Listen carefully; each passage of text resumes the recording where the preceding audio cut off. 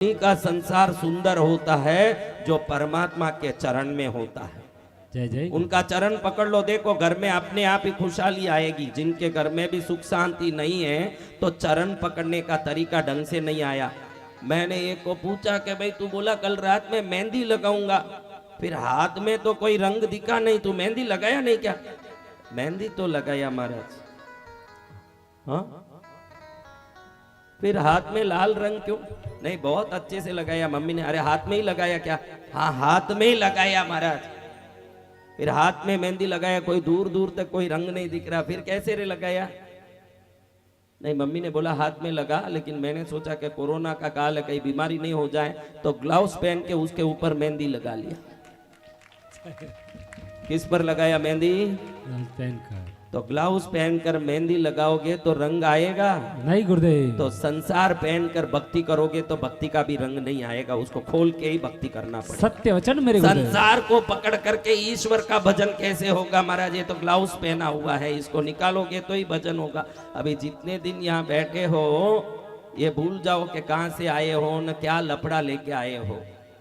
एक बात आपको मैं अच्छे से आज बताना चाहता हूं कि एक फल के पेड़ को रोज बराबर पानी डाल के दवाई वगैरह डाल के जो ध्यान देता है उसको वो पेड़ समय पर फल देगा कि फल दो ऐसे जो आके चिल्लाता खड़ा है उसको फल मिलेगा? आप बताओ।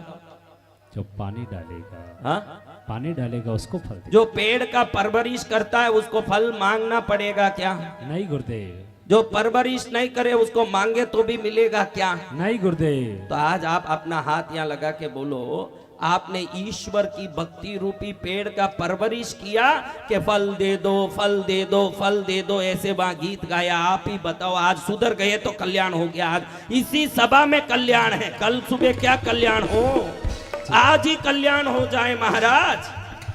तो आज से मांगना छोड़ दो। कोई भी पेड़ मांगने से नहीं देता, परवरिश से देता है। वो पेड़ का अगर तुम बराबर व्यवस्थित सिंचन कर लोगे, पानी डालो। देखो तुम खेती बाड़ी वाले बैठे हो, समय पर खेत में पानी डाला, खेत में बीज डाला, समय पर उसका ध्यान दिया। उधर जाके कोई किक्कर वाला रूपा वाला चिल्लाता है क्या? दान दे दो, दान दे दो, दान दे दो। चिल्लाने से दान आएगा? नहीं गुरुदेव। समय पर बीज डालता है, समय पर पानी डालता है, समय पर उसका फसल का ध्यान देता है और समय पर जाता है तो काट के भी आता है। वैसे ही तो होता है। लेकिन ये समाज इतना जानता है कि समय पर मैं भक्ति करूंगा तो समय आएगा, ये नहीं जानता।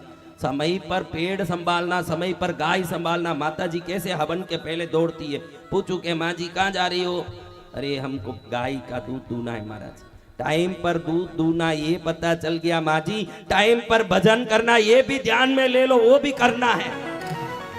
हाँ, गाय कहीं एक दिन तो बूढ़ी होगी, तुम्हारा साथ छोड़ देगी गाय। एक दिन पति साथ छोड़ेगा, एक दिन बच्चे साथ छोड़ेंगे। एक ही ईश्वर है जो कभी आपका साथ नहीं छोड़ेंगे, उनको पकड़ करके भजन करो। जय जय। और ये सब आए हैं कि भाई कुछ न कुछ पाएंगे, कुछ बोलेंगे, कुछ मांगेंगे, इसलिए आए हैं। मांगने से मिलेगा कि सिंचन से मिलेगा? सिंचन से। तो आज से ये सीख लो कि हमको कुछ नहीं मांगना है। महाराज ने सिखाया है कि बराबर भक्ति रूपी खेत में श्रद्धा रूपी पानी डाल के विश्वास रूपी दवाई डालते रहोगे तो अपने आप मनोकामना पूर्ति रूपी फल आपके जीवन में प्रकट होकर के आएगा। उसमें कुछ मांगना नहीं। मांगे वो मूर्ख किसी पेड़ के सामने जाके आम दो, आम दो, आम दो चिल्लाओ, आ जाएगा?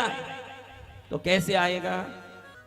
तो सब कुछ समय पर आएगा। करते रहो अपना काम बराबर।